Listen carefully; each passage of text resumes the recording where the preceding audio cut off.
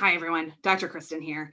Today we are talking about Yemen, not the Friends joke, the actual country.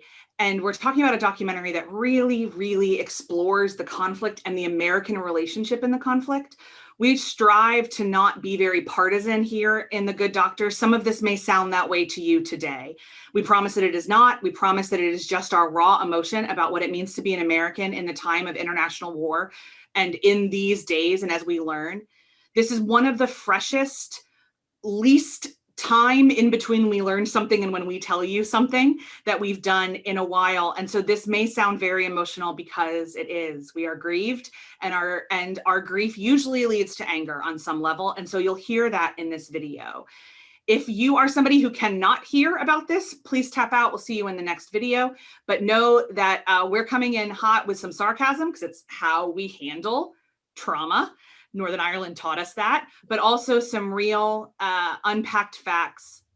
We hope you stick with us. There's some important conversations that are happening in here, but we wanted to give you a heads up before we kick off the show.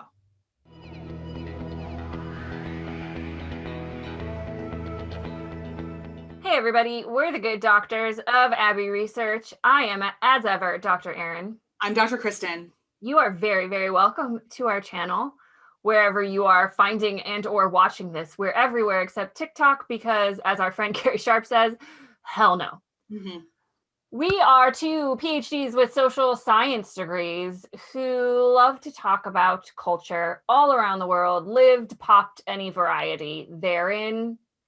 We are educators who focus explicitly on empathy and inclusivity and how we build that through understanding and how we can have conversations about all hosts of things in order to educate ourselves. That was a very convoluted way of saying we like to talk about a whole host of things like diversity and inclusion in Bridgerton, or capital punishment in The Handmaid's Tale, or the latest YouTube scandal. All of those things we like to talk to each other about, which is why we're recording this, but we also like to talk to you. So make sure wherever you are encountering this, that you do all of the appropriate social things of liking and subscribing and following us, clicking that bell so that you can hear from us more often, all of those things, because we want to hear from you as well. Yeah, I mean, we're recording this in April of 2021, so we have some real feelings about Falcon and Winter Soldier too. Maybe you'd like to talk to us about Fog. I have some feelings about Low-Cal Cap having Bucky's name in his mouth. So if you would like to express those with me, you just find yourself in the comments. Anyway, yeah, full credit to our friend Dr. Nadine Thornhill for Low-Cal Cap, for coining Low-Cal Cap, because that was genius. Yeah. So this series, we're being a little bit punchy today because what we're talking about today made us both so angry. We ran out of English words and just resorted to noises. Yeah. We are conducting something that we're calling the Colonizer's World Tour, both this year and probably in perpetuity, focusing on a different country every week and talking about their history with colonization, both current and past, and how that impacts how it as a country interacts with the world, but also as its citizens interact with the world, and how can we use that to build empathy. This week has been talking about Yemen. Mm-hmm. We already did a quick summary video of like Yemen 101 that you can find just before this in the playlist or linked in the show notes, depending on where you are consuming this.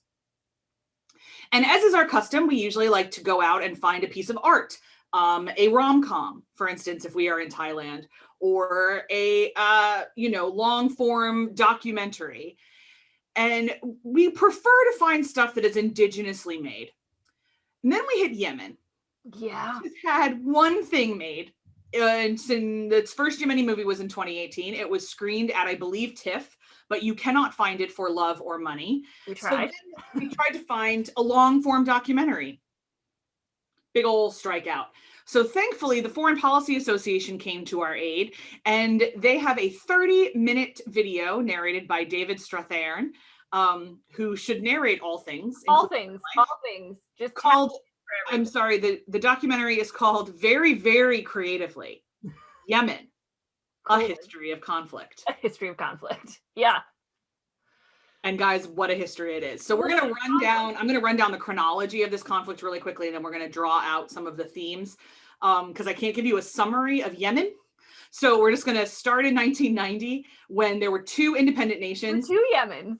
two Yemens, which is something we learned this week. Two Yemens. Somebody in the documentary, and forgive me, there were so many people talking fast and I was learning so much. I forgot to write down who said what sometimes. Oh, yeah. But one of the Yemeni citizens that was talking said that this was the dream of many people to have these countries come together. But from the very beginning, it was messy because it was a whole lot of, well, now who is going to be in charge? And I was struck with that as we were getting that commentary. All the pictures of people in charge were dudes. So just going to throw that out there. In 1994, the South tried to leave again, and it led to a civil war. And pretty much from what I can tell, Yemen has been in varying degrees of armed conflict since 1990. In that civil war and kind of a power vacuum, the Houthi, we hear them. We're going to say Houthi on this video. We could be incorrect. The Houthi family led a Shiite revival because it is a Sunni kind of nation. Majority, yeah. And because people were super not into President Saleh's authoritarian regime. Spoiler, they would continue to super not be into his authoritarian regime. And his downfall is a big part of the Arab Spring interaction with Yemen. So I'll get to that in a minute. Yep. The Houthi family became, like, in a lot of ways, a voice of the people, from what I could tell. Like, there was a lot of, hey, we understand your life is terrible, come join us kind of stuff. And in 2004, the government killed one of the sons of the family, and it was a thing, with all the capital letters. So there's a lot of agitation around that. Fast forward to 2011. If you are Yemeni, we are so sorry. Fast forward to 2011, and the quote that I typed that just made me hit pause was, Yemen has been destroyed by war in the north, separatists in the south, poverty, and hunger. And that's the story of Yemen. Saleh was ousted in 2011. He was then subsequently murdered. And in 2011 to 2015, I'm doing a lot of hand motions because it's just messy. And there's a lot of power struggles, both local. Of course, we also have some hope after the Arab Spring and after 2011. And some of the members of the documentary spoke about that. And then we're kind of very quickly said oh, it's about to get ugly because we're still not, we don't have a cohesive vision of what it means to be Yemeni. And we're still fighting over what it means to be Yemeni. Mm-hmm. So in 2015, the Houthis are emboldened. The Houthi family is emboldened by a whole host of events. And in October, their forces come down and capture the capital of Sana'a. Mm-hmm. There was another president at that point, President Hadi, sent into exile. The Saudis, always the heroes in every story. The Saudis feared a Shiite challenge on their southern border, which they could not have. And so they start to panic. They'd also been supporting, I believe he went into exile in Saudi Arabia. Yeah, it was in exile in Riyadh, yeah. In Riyadh, okay. So they're supporting the president in exile. Spoiler alert, Iran, who you may know, does not care for Saudi Arabia. Spoiler, has been at this point, although the Houthi family claims no, there's a whole lot of international evidence that Iran is providing weapons and support to the Houthi family and all of their supporters. Yeah. So nothing is great. So guess what it becomes, Dr. Kristen? A proxy war. Now we're into a proxy war. And in the words of one of my favorite podcasters, just wait, it gets so much worse. So on March 25th of 2015, Saudi Arabia decides to make it a proxy war, and they launch military operations into Yemen. Here's where it gets fun for us. Anytime Saudi Arabia does anything, its allies support it. Who's one of their allies? Ooh, it's the United States. The United States of America. Now, at the exact same time, President Obama's administration was negotiating the Iranian nuclear deal. Mm-hmm. And to say that there was a couple different talking heads that were like, well, this is why it was so delicate. And then there was another talking head that was like, screw them. They could have done both. So essentially what happens is that the Iranian deal goes through and we give Saudi Arabia weapons to use against the citizens of Yemen. Iran responds to the invasion by giving more resources to the Houthi family. This gen just keeps going up and up and up. And the United States is essentially funding a proxy war and participating in an international blockade. preventing supply, that this is Saudi-led, is Saudi initiated. It wasn't our idea to start the fire. I'll at least give us that. But we aren't doing anything to put it out. And we are supporting currently, as of April 13th, 2021, supporting an international blockade that is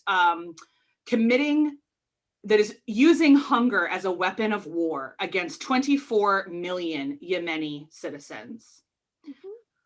I say it's April 13th, by the way, because for anyone who's not American, this is the week we pay our taxes. Yeah. And even though we get a month extension this year, cool, thanks, #COVID.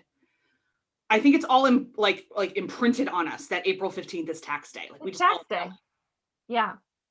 April 15th, this week, I'm going to write a pretty decent check to the US government in proportion to my income. Yeah. And I can't tell you my level of fury that some of it goes to this nonsense. I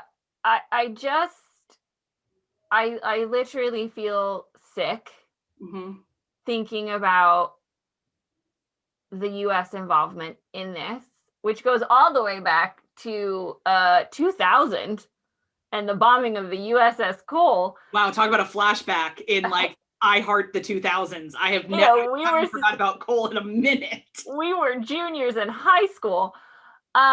Since 2002, we have launched over 200 strikes in Yemen, which is just great. Because you know what? We don't talk about it. We don't talk about U.S. involvement. And why are we there? Yeah. Because Saudi Arabia wants us there. Because we're allies with Saudi Arabia. Why are we allies with Saudi Arabia? Because they have the oil. To quote C.J. Craig from a very good episode of West Wing, and this is Saudi Arabia, our partners in peace. Yeah.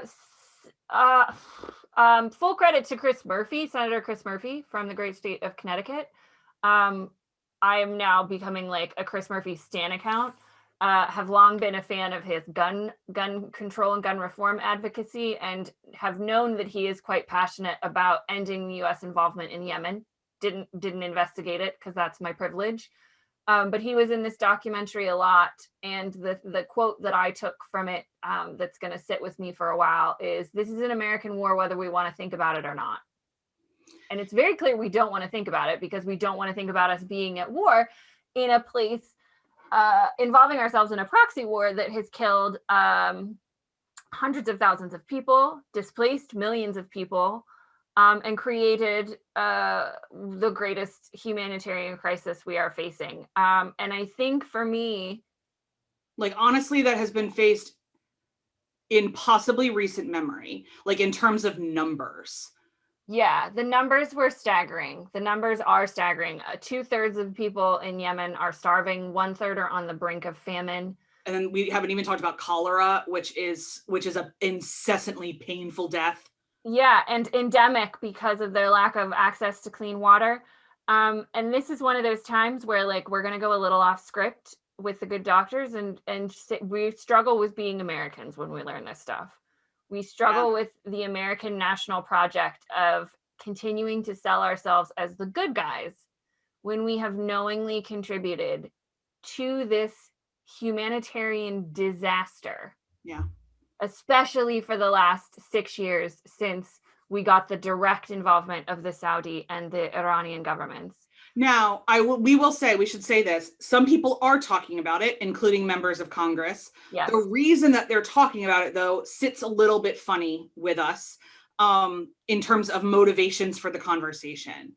Yeah. But there was a bill passed to end our involvement. It was during the previous administration. It was during President Trump's administration. He did not choose to end our involvement in Yemen. Perhaps President Biden will. We are seeing increased push. There's a link in our show note to, I think 70 Congress people have signed a letter urging the Biden administration to end involvement, end U.S. involvement and U.S. support, particularly of the blockade. And also to call into question our relationship with Saudi Arabia in totality. Yeah. Which is long overdue. Yes, very much so. And the thing that the documentary pointed out, if you guys remember, way back in our Saudi Arabia video, we talked about the impact of the murder of Washington Post journalist, Saudi journalist Jamal Khashoggi. We do have now evidence that murder was ordered by the Crown Prince Mohammed bin Salman, as he was like butchered in the Saudi consulate in Istanbul. And what we learned in this documentary was that was the reason why so many more Americans and American politicians started focusing on Yemen, was because we knew we were involved in it. We knew we were supporting the Saudi-led international coalition with a lot of other countries as well. It should be said, we're not the only. No, there's 8 other folks with us. Yeah. Like, we're not alone. We just don't happen to hold citizenship anywhere else. Exactly. And so everyone started talking about how awful it was what happened to Mr. Khashoggi, which of course it was, and that shone a not so friendly light on Saudi Arabia, which then brought attention to its involvement in Yemen in a not so great way, because as one of the fantastic Yemeni women in this documentary pointed out, it focused on punishing the Saudis and not on helping the Yemeni people, which I think is a really important distinction to make. But it's led to a really unfortunate situation in which there's the perception, accurately so, since we're conducting all these airstrikes and supporting the airstrikes of the Saudi coalition, there's a perception that the US is attacking Yemen. And particularly, this is problematic for a whole host of reasons. A, we are. B, we're killing people. C, it's radicalizing young people in Yemen to join terrorist organizations like ISIS and Al-Qaeda, and fight in other parts of the Arab world and the Middle East against America, because we're dropping bombs. So, I mean, I don't really have a point to make about that, except I think it's important to keep saying that stuff out loud, because we're not saying this stuff out loud. And I understand like the COVID of it all, but well, the thing is, we've been fighting a war on terror. I love when we fight wars on esoteric things. Like our war on drugs is going great, by the way. The war on drugs is solved, man. I mean, war on crime, we've Hit just that box. No problem. But war on terror, we've been fighting for 20 years now, coming up on in September, and absolutely every expert on the planet, including Colin Powell, has said that the only way to fight terrorism is to solve poverty and provide education. That's it. There is no other answer. And yet governments still keep trying to bomb the end of terrorism. It's very befuddling on a certain level. Obviously the answer is capitalism and government contracts, et cetera, et cetera. Yeah. But legit, you want to end ISIS? Show up with food and build schools. Yeah, as our dear friend John McCourt, who's a peacemaker in Northern Ireland, says, you know, it's not Islam that radicalizes people. It's their cities being destroyed. It's their homes being bombed. It's their children dying from cholera. That's what radicalizes people to pick up arms. It's not Islam. No, and then the ideology that somebody gives you as they hand you the gun, is easy to yeah. And if it justifies your anger, if it supports your decision, all of that is helpful. But it's not the ideology that radicalizes people, it's the violence. And to a certain extent, this is the same thing with gun violence and active armed white supremacy in the United States. We don't have education. It's not, they are radicalized by a lack of resources and a both real and perceived poor distribution. And then the ideologies that feed them are easy. Then that's easy. That's just human nature. Yeah. That's just human nature. But if we really wanted to end terrorism, which we are both big proponents that if you were talking about the war on terror, you have to also be talking about domestic terrorists within the United States, which is why I bring up white supremacists, because that's an incredibly important thing as well. It's the biggest threat facing the United States currently, so. And it's not going to be ended by bombing things. It's going to be ended by removing weapons from the streets and redistributing resources to allow education and job attainment and security and safety and things to happen. Every study that I've ever read about this, including the incredible work of the Southern Poverty Law Center, says that sure, there's like 5 to 10% of people who have been radicalized who are going to do it even if you build them the best schools on the planet. But that's different than the 90% that are radicalized right now. Like because it will only decrease the threat and not necessarily immediately eliminate it is not the reason to not decrease the threat. Yeah, and I think, I believe it was Chris Murphy again who pointed it out, and he was like, we can solve this problem. The U.S. can solve this problem. It's not a challenging problem to solve. And we're choosing not to, and we have actively chosen not to for our maintaining our alliance with Saudi Arabia. And so like the ball is in our proverbial court. Yep. And it's just unconscionable that we've sat on that ball and said, no, but we can still make money. The America that I was taught to pledge allegiance to is, as we have talked about a lot on this channel, a constructed reality. Every nation is. Every nation is a constructed reality. What is a nation but a group of people deciding what it means to be a nation? Mm-hmm. The United States currently is going through quite the identity crisis. We are adolescents after all, so it's probably time for it. And this is one of those times in which we are standing up very loudly and saying this part of who we've been needs to no longer continue. Mm-hmm. To the people of Yemen, we want to say we grieve with you. We are furious for you. And our anger isn't productive, but we promise you that we know now and we will act accordingly. Thus ends our emotional and exceptionally educational month exploring parts of the Arab and Persian world, parts of the Middle East on our Colonizers World Tour.